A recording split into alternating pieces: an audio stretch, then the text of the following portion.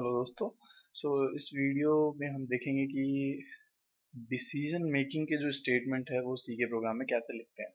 जैसे कि मान लीजिए हम कुछ स्टेटमेंट्स हैं वो एक कोई पर्टिकुलर कंडीशन है वो ट्रू हो तभी एग्जीक्यूट करना चाहते हैं, अदरवाइज नहीं। जैसे कि एक सिंपल एग्जांपल है, लेट्स से कि हमने कोई एक प्रोग्राम लिखना है किसी रोबोट के लिए, और वो रोबोट क्या है, किचन में लोगों को कुछ डिश या कुछ ड्रिंक सर्व करने के लिए रखा गया है।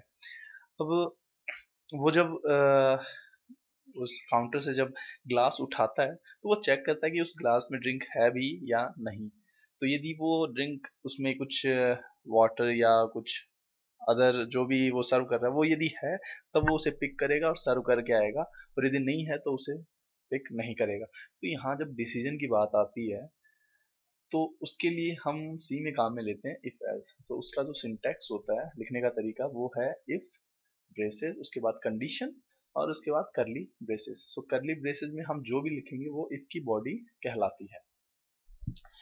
हम यहाँ पर एक सिंपल सा प्रोग्राम लिख रहे हैं। हमने एक वेरिएबल डिक्लेयर किया है इंट a12 या -2, और हम देखना चाहते हैं कि, और ये एक काम कीजिए कि असाइन करने की बजाय हम यूजर से ये इनपुट ले लेते हैं। scanf %d ऊपर हम प्रिंट कर देते हैं कि एंटर वैल्यू ऑफ ए। तो हमने यूजर से इनपुट ले लिया। अब हमें नहीं पता यूजर क्या इनपुट करने वाला है, और हमें बस ये देखना है कि ये वैल्यू 0 से छोटी है या नहीं। तो हमने एक कंडीशन लगाई। हम बस ये प्रिंट करना चाहते हैं, यदि 0 से छोटी है तो हम कुछ प्रिंट करना चाहते हैं। तो हमने ये सिंटैक्स लिखा। अब यहाँ पर कंडीशन क्या आएगी, तो ए की वैल्यू हमें चेक करनी है 0 से छोटी है या नहीं। तो ए लेस देन 0। तो ये जब कंडीशन ट्रू होगी, मान लीजिए यूजर ने दे दिया -5, तो -5 तो 0 से छोटा होता है, तो ये ट्रू हो गई। तो इसके अंदर हमने जो भी लिखा है वो सारे के सारे स्टेटमेंट एग्जीक्यूट हो जाएंगे। तो हमने इसके लिखा, अंदर लिखा printf value is less than 0। ठीक है, चलिए अब इसको कंपाइल करते हैं और एग्जीक्यूट करते हैं। कंपाइल हो गया और ये एग्जीक्यूट। तो हम पहले वैल्यू देते हैं 12। तो 12 के केस में कुछ प्रिंट नहीं हुआ क्योंकि 12 तो 0 से छोटा नहीं है। अब हमने यहाँ पर आपको कंपाइल करने की जरूरत नहीं होगी, तो बाय मिस्टेक मुझसे हो गया कंपाइल। इस टाइम हम दे रहे हैं -2। अब इसने क्या प्रिंट किया, वैल्यू इज लेस देन 0। ठीक है, तो आप देख रहे हैं मतलब ये जो स्टेटमेंट का जो एग्जीक्यूशन है वो कंडीशनल है। वो जब ये कंडीशन ट्रू होगी तभी चलेगा, नहीं नहीं चलेगा। तो जितने भी डिसीजन मेकिंग हुआ या लूप जो हम आगे देखने वाले हैं, इन सब को हम बोलते हैं कंट्रोल स्टेटमेंट। अब ये क्वेश्चन काफी बार पूछा जाता है कि कंट्रोल स्टेटमेंट क्यों बोलते हैं। तो आप ये कह सकते हैं कि जो सी का प्रोग्राम होता है उसका एग्जीक्यूशन कैसा होता है, सिक्वेंशियल होता है। पहले पहला स्टेटमेंट रन करेगा, फिर दूसरा, फिर तीसरा, फिर फोर्थ वन। लेकिन ये जो है if else switch loop construct, ये क्या है, उस सीक्वेंस को चेंज करने का पावर रखते हैं। जैसे कि यहाँ पर सीक्वेंशियल ना होके ये जब कंडीशन ट्रू हुई तभी हुआ इसका एग्जीक्यूशन, अदरवाइज नहीं। तो ये उस सीक्वेंस को चेंज कर सकते हैं।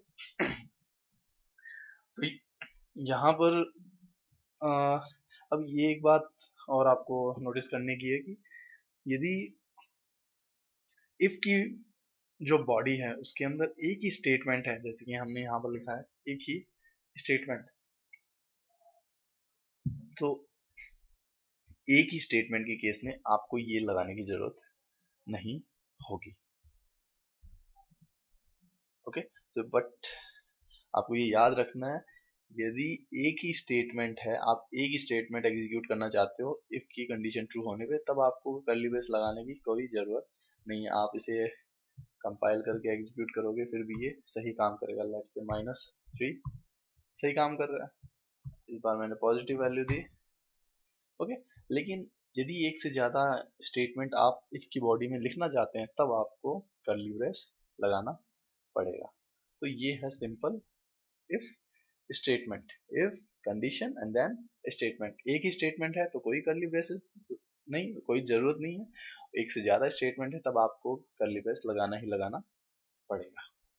सो नेक्स्ट ट्यूटोरियल में मैं आपको बताऊंगा इफ एल्स। अब इसमें ओनली इसमें ये है कि जब हमारी कंडीशन ट्रू हो रही है तब तो ये एग्जीक्यूट हो रहा है। अब हम चाहते हैं कि जब कंडीशन फॉल्स हो तब कुछ एग्जीक्यूट होना चाहिए।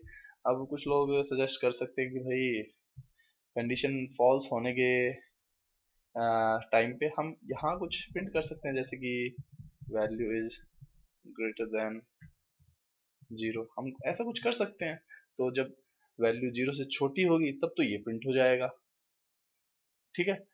और ऐसा वो लोग लॉजिक दे रहे हैं, बट इसमें प्रॉब्लम क्या है, जब वैल्यू ट्रू है मतलब ए की वैल्यू 0 से छोटी है तब ये तो प्रिंट हो ही रहा है, ये भी प्रिंट हो जाएगा। ए की वैल्यू 0 से छोटी नहीं है तब ये प्रिंट हो जाएगा।